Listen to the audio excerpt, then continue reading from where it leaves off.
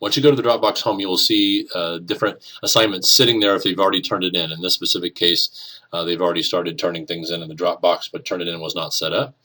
So you're going to click the Dropbox to be able to run your and originality reports for these specific students. Make sure you remind the students that they have to do .doc or .docx to be able to turn papers in. There are some other formats that can be turned in, but make sure they turn in these. Pages does not work, but Open Office documents do. But let's just make it easy and be able to have students be able to do .doc or .docx. Every program should be able to save as that type of a document. You will not be able to check, of course, any of these papers unless there's something sitting in there. So once that's set up from the beginning of the class, you will that'll be ready for when the student submits something to the Dropbox, and then as they turn them in, you can basically check originality for all submitted items. I would come back in here, and if there's anything new, just check this particular box, check originality for all submitted items. It'll go through the scan and scan all of the assignments that are in at that moment when you click it. So if there's any more that comes in later, you'll be able to click that again and make sure those are run. Once you've clicked check originality for all submitted items, or you've gone through and actually clicked each individual, basically right in where it says 3% match here, it will say check originality. So you can do that individually, or you can do it collectively from the top. Let's say if a student submits a document that's not in .doc or .docx, you will have a problem when you click check originality for all submitted items. It will stop that report because it can't read it within Turnitin. So make sure that your students submit it in those formats. They can create it anywhere. They just need to save it as .doc or .docx, or it will be a problem. If you ever have a problem where it's not doing individual ones, go down and check the check originality in each of these areas. Most likely it's a single document that's the problem. You can do it individually or through the group. And just go ahead and click on the 3% match down here after you've run the report. Click on that. The report will come up for you to be able to see this specific student. Wait for it to load up. It'll come up in this format. Basically, click on this box so you won't see that message again. Review what it says so you can understand what it's doing in the certain areas. Alright, you have the paper sitting off to the left. You have only a 3%, so you know it's not a plagiarism issue. So I would not even, you don't have to worry about that. You would go to grade mark. And basically the way you would use a grade mark, this grade mark system, is you can just go through the paper, scroll through, and you have lots of different choices of commonly used composition, composition marks, format, punctuation, usage. All the different formats and stuff will come up and, as far as the comments.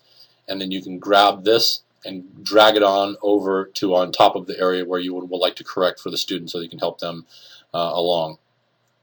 You'll be able to do that. Once you're completed with that, a student will be able to see that report. We'll show you that here in a second. To be able to create your own comment, if you don't like any of the things that are said here, you would drag this comment over, be able to type what you want. You can save it as a quick mark, so it will save in your collection here. And then click Save, and of course that will show up on the student's paper. You can also, as you click these and bring them over, you can edit what it says for these as well. So basically what you would do is go ahead and click on this.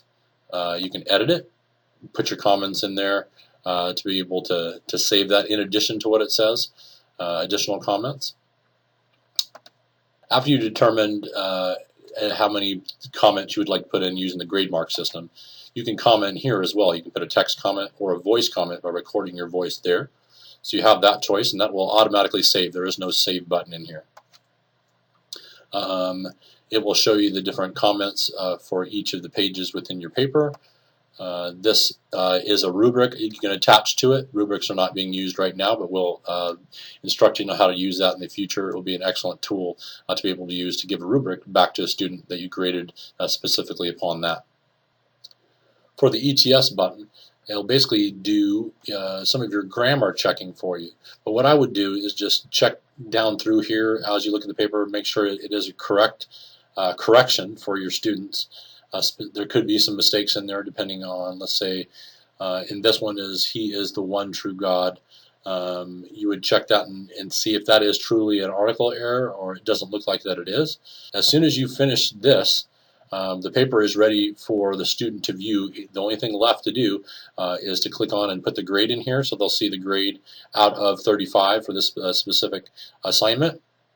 This number will not go back into your gradebook right now. It will eventually be automated, so it will, including your rubric will come back and be viewable. But for now, you have to put this in here and put this in the gradebook as well. But the student will be able to view it from within the Dropbox. From within Turnitin, you can either go back to the Dropbox and grade individually, or you can just click arrow over for the next student's paper, and so on and so forth. So you have those students, you can just grade them from right in there and just finish it off, put the number in, go to the next one. You don't have to push save. Everything is set up and ready and finished for you. Once you finish your report, the student will be able to look back here and view the report and the feedback that you put in Turnitin. Of course, if you're not using Turnitin, this will not show up. The student will basically see the comments here and the feedback from the professor that you've typed into the box with Advanced 360. So make sure, but when you run the plagiarism software and things like that, if you set up Turnitin, this report will show up for them whether it's finished or not. So you want to make sure that you have that completed fairly soon after you submit it for plagiarism checking. And then you can go through and do the grade mark if you want to have that in there, and they'll be able to view that report as well as the comments that you make from within Advance. Reminder that you will have to put the grade into Advance in the box that you saw after each submission. There's a little box with the recording button and a little text area you can put it. Also put the grade there. Make sure you save that, and that will save to the gradebook for them to be able to locate in the gradebook, but also to be able to see within this submission area. So this is a student view of what they would see, but of course the comments are missing because this paper hasn't truly been graded.